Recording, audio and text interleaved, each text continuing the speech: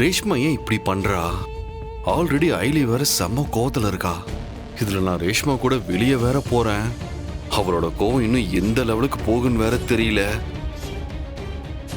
Vijayakumar sir கிட்ட ரேஷ்மா தான் போட்டு கொடுத்துருப்பா. இல்லனா அவர் ஏன் எனக்கு ஃபோன் பண்ணி ரேஷ்மாவை கூட்டு வெளியே போட சொன்னாரு? இருந்தாலும் அவரும் கொஞ்சம் ஓவரா தான் போயிட்டு இருக்காரு. வழக்கமா மனுஷன் இப்படிலாம் இருக்க மாட்டாரு. அவரோட பொண்ணு விஷயங்கிறதுனால தான் இப்படிலாம் பண்றாரோ என்னமோ.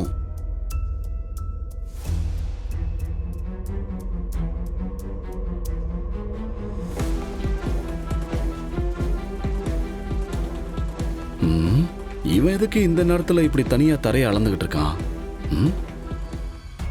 ஆள் பார்க்க ஒரு மாதிரி டென்ஷனா இருக்கானே. ஒருவேளை இவனுக்கும் அயலிக்கும் ஏதாவது சண்டையா இருக்குமோ? ஹலோ, வண்டியா? வீட்டுக்கு வெளியே வா. சரி இரு, நான் வரேன்.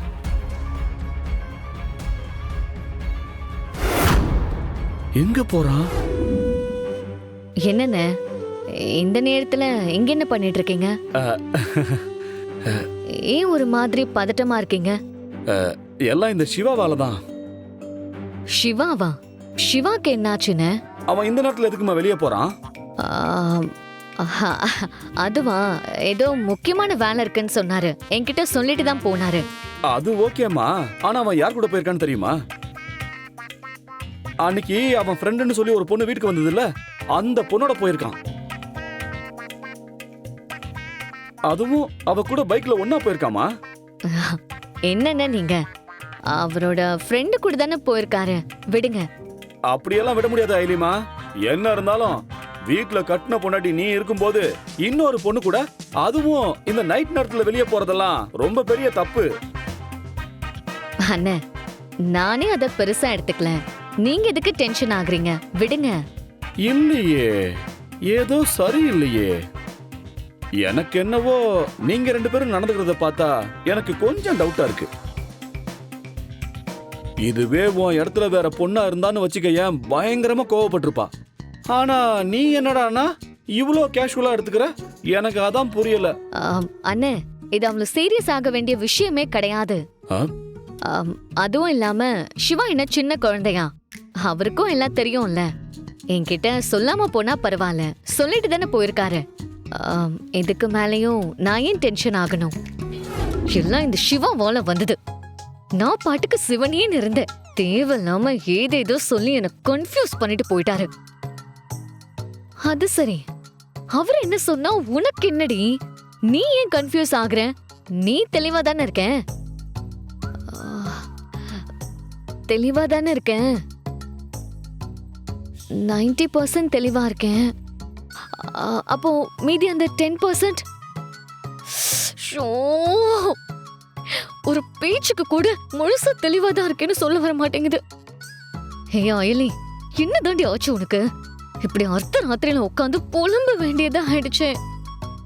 இப்ப என்ன, சிவா ரேஷ்மா கூட வெளியே போனதுதான் ப்ராப்ளமா? அவங்க ரெண்டு பேரும் வெளியே போனா எனக்கு என்ன ப்ராப்ளம்? நான் ஏன் டென்ஷன் ஆகணும்? ஒருவேளை நான் சிவாவ இல்ல, அதுக்கு சான்ஸே இல்ல. அவரு என்ன பத்தி யோசிச்சாரா? நான் மட்டும் எதுக்கு அவரை பத்தி யோசிக்கணும்? இப்போ எதுக்குடி தேவையில்லாம யோசிச்சுட்டு இருக்க? இப்ப மரியாதையா நீ தூங்க போறியா இல்லையா? தூங்கு.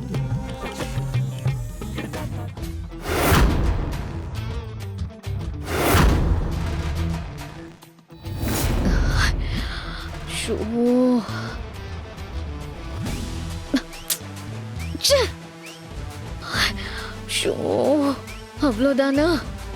இன்னைக்கு நைட்டு சிவராத்திரி தான் போல இருக்கு. இதுக்கப்புறம் எனக்கு தூக்கம் வந்த மாதிரி தான். மாமா சொன்னதை நினைச்சு ஐலி நமக்காக தூங்காம முழிச்சிருப்பான்னு வந்து பார்த்தா இப்படி நல்லா தூங்கிக்கிட்டு இருக்காளே. அப்ப ஐலிக்கு உண்மையாவே என் மேல எந்த ஃபீலுமே இல்லையா? அப்ப நானாதான் என்னென்னமோ இமேஜின் பண்ணிட்டு இருக்கேனா? சச்சே, அப்படிலாம் எதுவும் இருக்காது. ஐலிக்கும் கண்டிப்பா என் மேல ஒரு இது இருக்கு. அது எப்படி இல்லாம இருக்கும்? நான் ரேஷ்மா கூட போனதுனால அப்செட்டா இருந்திருப்பா. அப்படியே தூங்கியிருப்பான்னு நினைக்கிறேன். ஐலி தூங்கிட்டா அவளுக்கு என் மேல எந்த அக்கறையும் இல்லைன்னு அர்த்தமா என்ன? அப்படிலாம் இல்லை. மாமா சொன்னது அக்காவுக்கு வேணா பொருத்தமா இருக்கலாம், ஆனா ஐலிக்கெல்லாம் பொருந்தாது. Because all are not same. ஐலி, எனக்கும் மேல நம்பிக்கை இருக்கு. நீ நல்லா தூங்கு.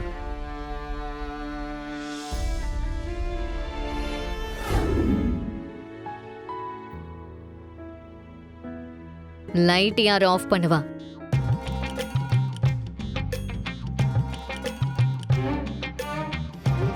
ஐலி, நீ இப்படி கோவப்படுறதா என்ன இன்னும் ஸ்ட்ராங்கா நம்ப வைக்குது.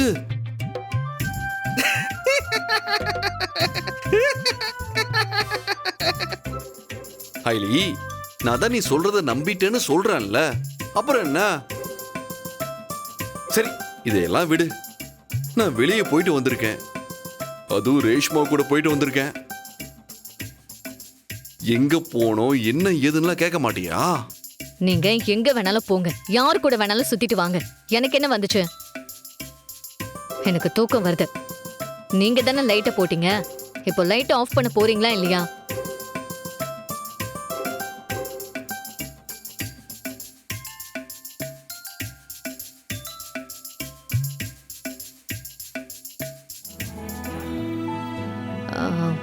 என்ன தூங்காம நின்னுட்டு இருக்கீங்க? படுங்க. Okay, good night.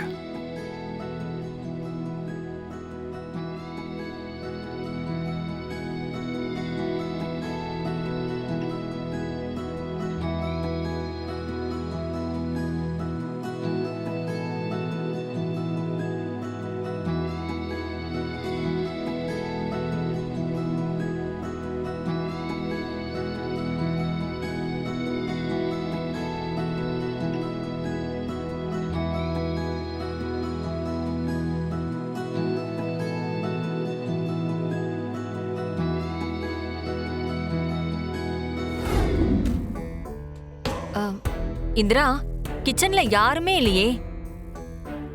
நீ காஃபி கேட்கும்போது ஐலி அங்க இருந்தாளா? நான் காஃபி கேட்டேன், ஆனா உள்ள இருந்து எந்த பதிலும் வரல. அயலி எப்பவும் இந்நேரத்துக்கு உள்ள சமைச்சுக்கிட்டு தான் இருப்பாளேன்னு நானும் அப்படியே நினைச்சிட்டேன். சரியா போச்சு போ. ஆளே இல்லனா காஃபி எப்படி வரும்? ஆமா, நீ சொன்ன மாதிரியே அயலி கிச்சன்ல சமைச்சிட்டு தானே இருப்பா. இன்னைக்கு என்ன ஆளையே காணோம்? ஒருவேளை சமையல் பண்ணி முடிச்சிட்டாளா?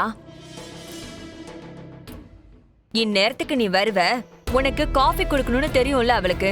எங்க போனா அவ? எங்கேயாச்சும் முக்கியமான வேலையா போயிருப்பா. விடுங்க, எனக்கு இப்ப காஃபியே வேண்டாம்.